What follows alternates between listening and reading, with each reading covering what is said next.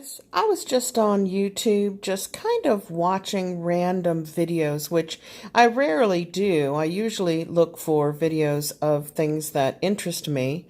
Sometimes these things pop up that sound really like exaggerated, clickbait, like, oh my God, 10 amazing things on XYZ, ABC. Well, I actually went into one of them. It's by Tall Tannic. I'll put a link down in the description below. It's called Mind Blowing Discoveries in the Last Year, and it was published on November 1, 2017. And it's got some really cool things in there. About 2.5 minutes into the video, number 18 on its list, right, which should be like number 1, the most important discovery of the year on its list, is called Out of This World. And they talk about NASA releasing a press release confirming that the 9th planet, not Planet 10, not Planet X, not Nibiru or Nibiru, however you want to say it, the 9th planet probably exists out past Pluto, 10 times the size of Earth, on an extremely long elliptical orbit around the sun. Well, what does that sound like? That's Nibiru. That's exactly what people have been talking about with Nibiru and Nibiru.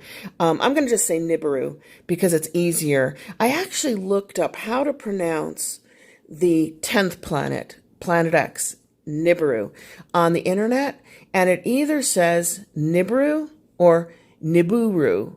And there's even one out now that says Nibiru. And I'm like, no way, we're not going to go to a third pronunciation, Nibiru. We'll just kind of leave that one out of the mix. So, yeah, Nibiru, folks. How did I miss NASA's press release that Nibiru most likely, probably exists? Did you miss that one? I'm going to put a lot of evidence and links down in the description for you guys to take a look at. So, I didn't really believe that video because I know there's a lot of, just fake stuff on the internet. There's fake stuff on mainstream news and information. It's like everywhere. So you really have to confirm everything for yourself. So I did just a quick Google search, and an article came up. I think I searched NASA confirms Planet 9 because the video was calling it Planet 9. And we all know what happened to poor old Pluto, right? Pluto was the 9th planet, since the 1940s, I think, like 1948. I will look that up, though, I promise, afterwards. And it's a small planet, and it's way out there. It's our furthest planet. And if you see pictures of it supposedly taken from like the Voyager and Hubble, it has a really pretty cute heart on the side of it. So anyway, suddenly a couple of years ago, NASA and scientists globally decide to downgrade it. It's not a planet anymore. Why not? Well, it's too small to be a planet. Says who? Well, probably says the people who said, oh my God, and Planet 10 is real, and we know that the powers that be are really into their occult numerology and symbols and Freemasonic, Illuminati, ancient mystery school, cabal stuff. And it's really important for them to have 9 spheres. So how convenient to just downgrade Pluto. It's no longer a planet, it's an exoplanet, I think they call it. And that allows for the 9th planet to come in and be confirmed. So I'm just curious, could you tell me down in the comments, did you know that NASA kind of confirmed the existence of Nibiru last fall, saying that it's very likely that it does exist without actually calling it Nibiru? They call it the 9th planet now. Or is this as much of a surprise to you as it is to me? Because if NASA really did confirm it, but they didn't let it out anywhere except for on silly YouTube videos, which would then become like controlled opposition, right? Or PSYOP, like it's government controlled. We get the information out there softly, softly, really quietly. Let's not make a big deal about it.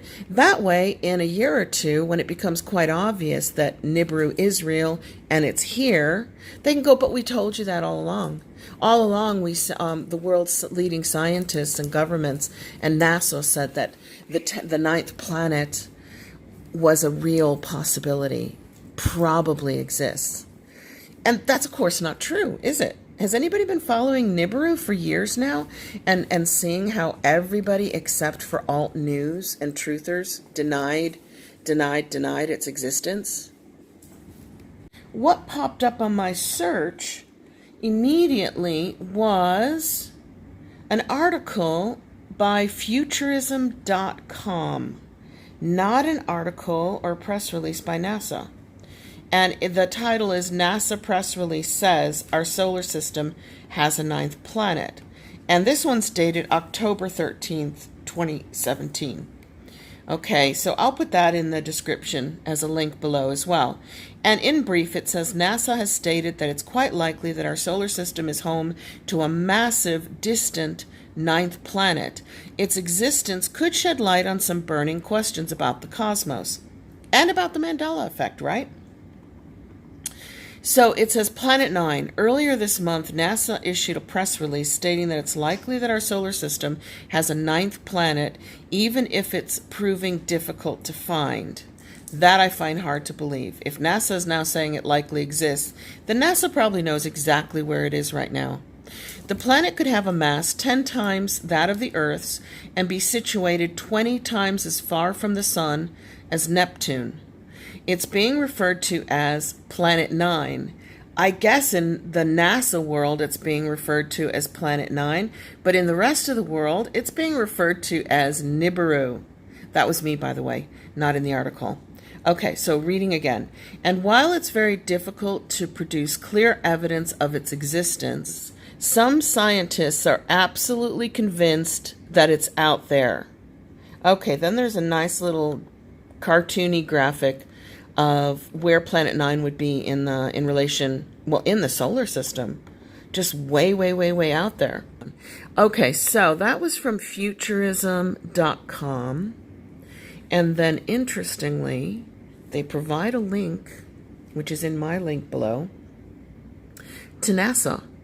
And this came out October 4th, 2017, from NASA Jet Propulsion Laboratory. Okay, but gosh, where did it come out to?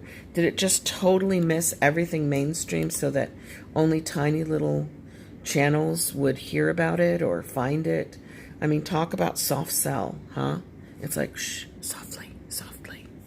Kind of tell them so we can say that we put it out there, but don't make a big deal of it. Don't say it loud.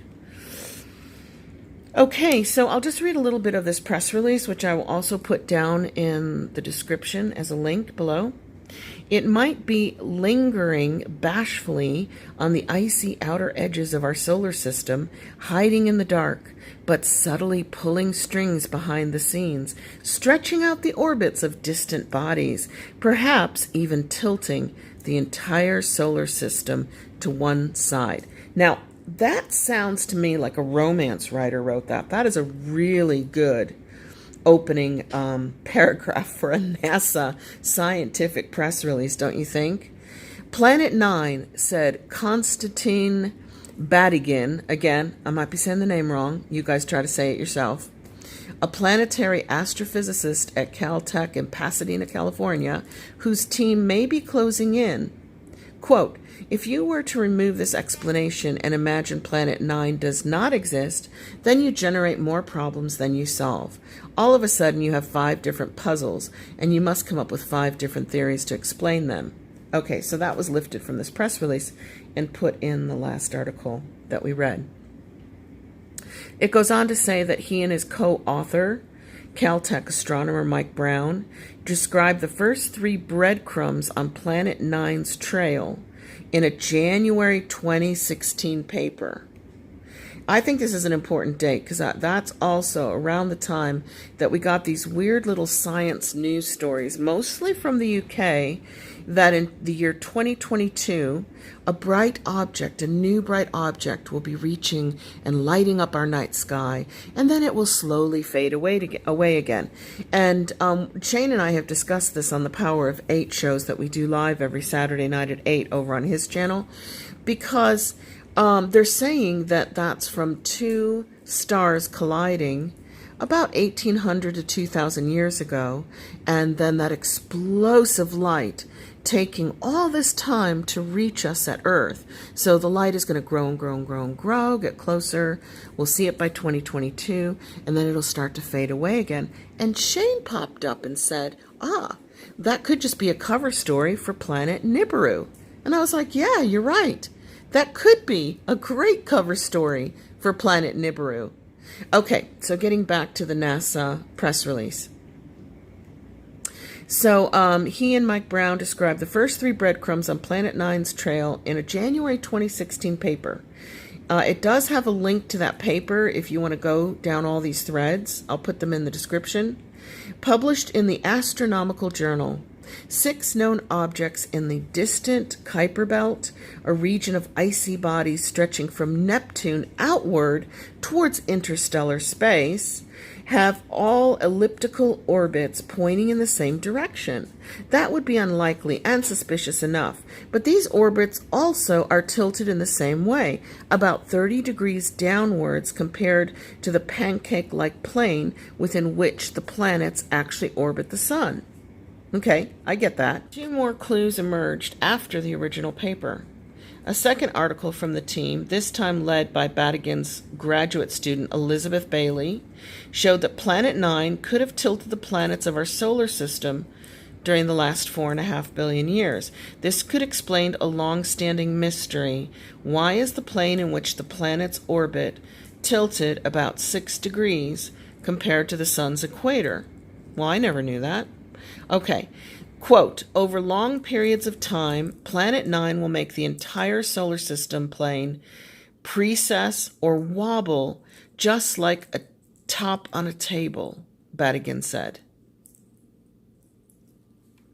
I don't think English is his first language because that was difficult to read and difficult to understand. The last telltale sign of Planet 9's presence involves the solar system's contrarians, objects from the Kuiper Belt that orbit in the opposite direction from everything else in the solar system.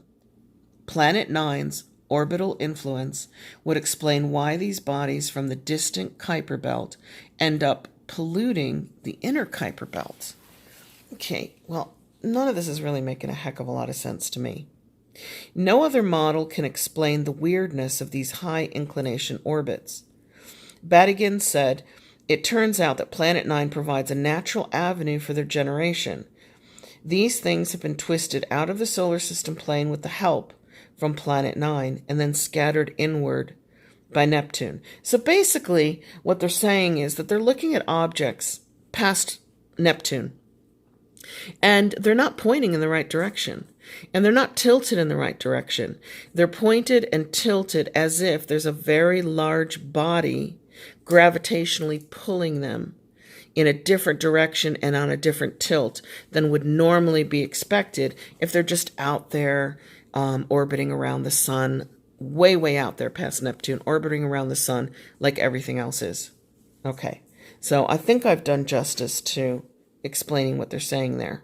The remaining step is to find Planet 9 itself. Badigan and Brown are using the Subaru telescope in Hawaii to try and do just that. The instrument is the best tool for picking out dim, extremely distant objects lost in huge swaths of the sky, Badigan said.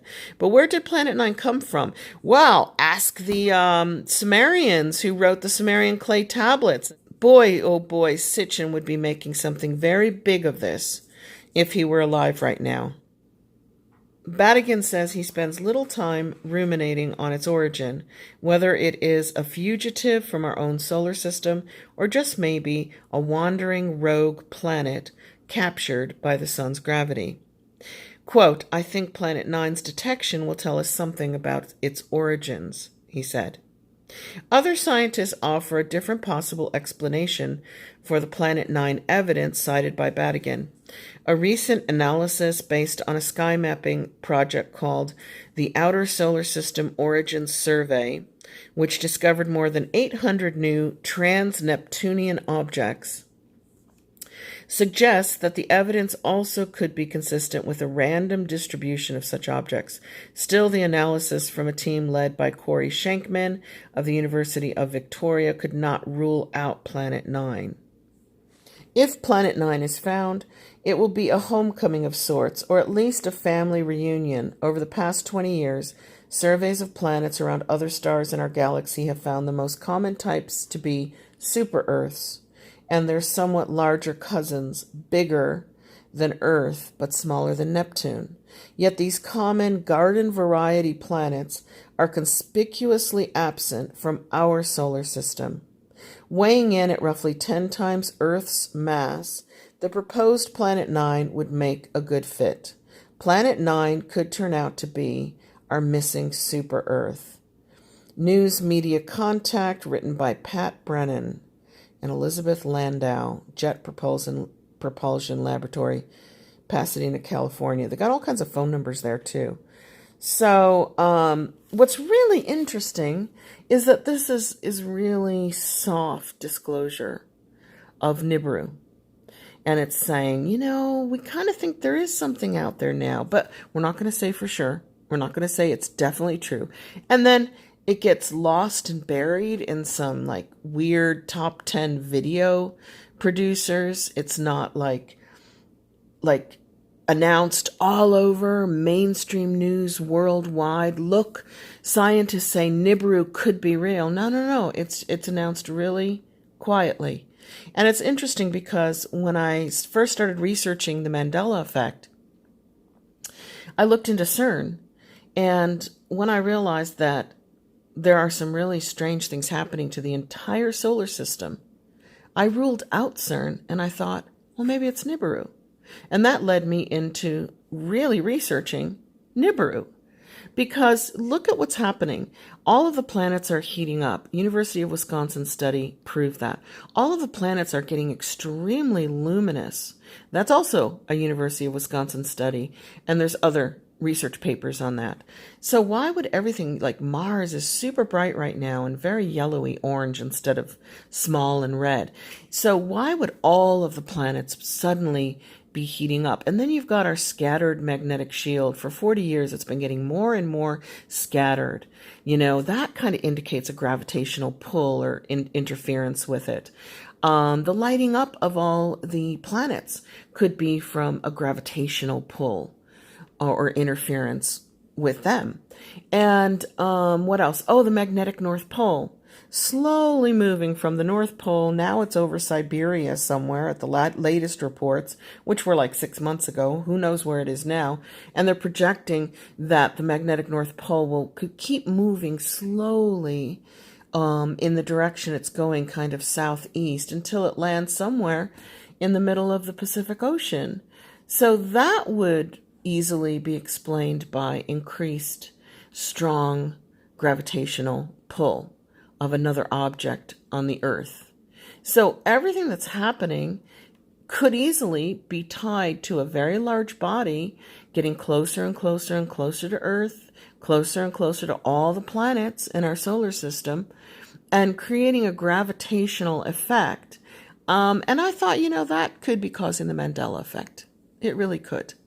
It also fits in nicely, perhaps, the orbit of Nibiru with the great year or the galactic year, as explained by the ancient Vedic Sanskrit texts, that humanity kind of goes through a sleeping period for 13,000 years, and then suddenly it hits an awakening period as it goes through this photon belt, they call it, of increased energy. And then as it falls away again, it goes back into kind of a hibernation, a consciousness sleep, until it gets to one full course around the galaxy, one galactic year, and gets back into the other end of that photon belt, which is completely surrounding our galaxy like a rubber band. So you would have to pass through it twice as you were traversing through and around the galaxy. You would go through it at the bottom, and then you would go through it again at the top. 13,000 years, and then at 26,000 years. And guess what, folks? Supposedly, we started that new 2,000 year cycle, Age of Aquarius, end of one galactic year, 26,000 years, at some point since the year like 1960. So we're in it. This is the Age of Aquarius, and we are at the end of a galactic cycle, starting a new galactic cycle. And those Vedic texts say that you get 2,000 years of it. You get 2,000 years of this increased consciousness awareness due to the photon belt and higher energies bombarding Earth. And that could very well have something to do with a very long elliptical orbit of Nibiru, coming and going, cyclically. So the only thing I would say is leave the fear out of it, because there's no reason to expect Anunnaki to come marching off of Nibiru and stealing our gold, or, in any way enslaving us, any more than we already are enslaved by our own bankers who have already stolen all the gold. They've got it all. So I wouldn't add fear to this, because the chances of us actually seeing Anunnaki are as good as us having already seen Satan, demons, the devil, and archons. These negative characters are very much a part of human consciousness, and they work their way from our psyches into our literature. And they help us to understand the world that we live in. They help us to understand ourselves better. They're great archetypes. They are the greatest archetypes of all. And they give us something to push against. They give us something to stand up against and say, no, not for me. This is what allows us to take the hero's journey. This is what allows us to become the hero and be the hero. How could we be the hero if we had no adversaries that challenged us to overcome? If we had no adversaries to overcome, how could we be the hero? This is all part of duality and dualistic consciousness. And frankly, we've had enough of that. And most of us, at least the ones listening here, we're moving beyond that now. It no longer applies. We don't need it anymore. So let's just keep an open mind, and I will put all that information on what I've discussed tonight in the description below. Okay, much love, everybody. Bye.